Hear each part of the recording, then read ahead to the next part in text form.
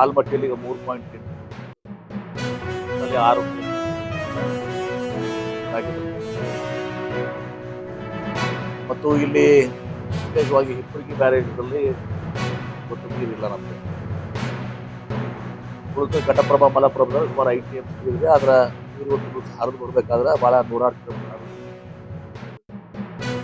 ಹೀಗಾಗಿ ಎಲ್ಲನೂ ಕೂಡ 20 ಜುಲೈವರೆಗೆ ಮ್ಯಾಕ್ಸಿಮಮ್, ಕೆಲವೊಂದು ಕಡೆ 28-29 ಜುಲೈವರೆಗೆ. ಹೀಗಾಗಿ ನಾವು ಎಲ್ಲ ಬೋರ್ವೆಲ್ಗಳು, ಏನು ಸರ್ಕಾರಿ ಬೋರ್ವೆಲ್ಗಳು, ಬಾವಿಗಳು, ಖಾಸಗಿ ಬೋರ್ವೆಲ್ಗಳು ಎಲ್ಲವನ್ನ ತೆಗೆದುಕೊಂಡು ಒಂದು ದಿವಸ ಕೆಲಸ ಮಾಡಬೇಕು. ತುರ್ತಾಗಿ ಏನು ಮಾಡಬೇಕು ಅನ್ನೋದನ್ನ ಕೆಲವೇ ಕಡೆಗೆ ಪ್ರಸ್ತಾವನೆಗಳನ್ನ ಕೂಡ ಕೊಡ್ತಾರೆ. ರಿಪೇರಿ ಇರ್ಬೋದು, ಮೇಂಟೆನೆನ್ಸ್ ಇರ್ಬೋದು, ದೀರ್ಘಕಾಲದ ಯೋಜನೆಗಳನ್ನು ಕೂಡ ಒಂದು ದಿವಸ 3 ಭಾಗ ಮಾಡಿ ಒಂದು ದಿವಸ ಸರ್ಕಾರಕ್ಕೆ ಸಂಬಂಧಿಸಿದ ಶಾಸಕರ ಜೊತೆ ಕೂಡಿ ನಾವು ಇದನ್ನ ರಿಪೋರ್ಟನ್ನು ಸರ್ಕಾರ ಮಟ್ಟದಲ್ಲಿ ಒಳ್ಳೆ ಮೀಟಿಂಗ್ ಆಗಿದೆ. ಅಧಿಕಾರಿಗಳು ಜವಾಬ್ದಾರಿನ ಜಿಲ್ಲಾಧಿಕಾರಿಗಳು ಮತ್ತು ಸಿಇಒಗಳನ್ನ ನೇರವಾಗಿ ಮತ್ತು ಆ ಇಲಾಖೆಯಲ್ಲಿ ಒಂದು ಅವ್ರು ಅವರು ನೇರವಾಗಿ ಒಂದು ದಿವಸ ಜವಾಬ್ದಾರಿ. ಎಲ್ಲರೂ ಕೂಡ ಅಚ್ಚುತಪ್ಪದೆ ಫೋನನ್ನು ಇರಬೇಕು, ಆ ಸೂಚನೆ.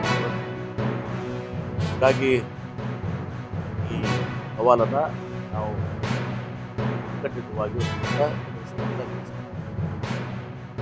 ಮಾಡ್ತೀವಿ. ನಾಳೆ ಬರ್ತಾರೆ, ಅವ್ರಿಗೂ ಕೂಡ ಈಗ ಫೋನ್ ಮಾಡಿದ್ರು, ಅವ್ರಿಗೂ ಮಾತಾಡಿದ್ರು. ಮತ್ತು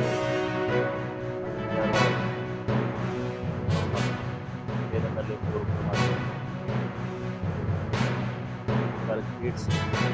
ಪ್ರಸ್ತಾವನೆಗಳು, ಎಸ್ಟಿಮೇಷನ್ಸ್ ಹೇಗಿದ್ದಾವೆ ನಾಳೆ ಸಬ್ಮಿಟ್ ಮಾಡ್ತೀವಿ.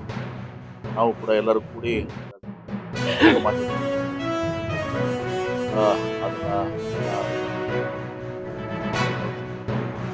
22 ಕ್ಲೀನ್ ಮಾಡಬೇಕು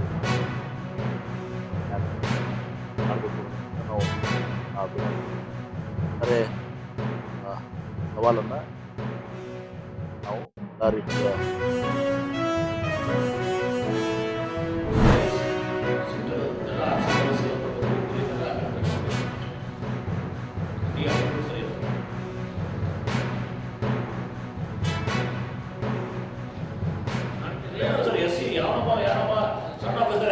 ಸೆಕ್ಷನ್ ಆಫೀಸರ್ ರೆಸ್ಪಾನ್ಸಿಬಲ್ ಎಸ್ಸಿ ಸೂಪರ್ಟೆಂಡೆಂಟ್ ನೀವು ನೋಡ್ರಿ ನೀವು ಪ್ರಾಡಕ್ಟ್ ಅಂಡ್ ರಿಸೀವರ್ ನನ್ನ ಫೋನ ರಿಪೋರ್ಟ್ ಮಾಡ್ರಿ.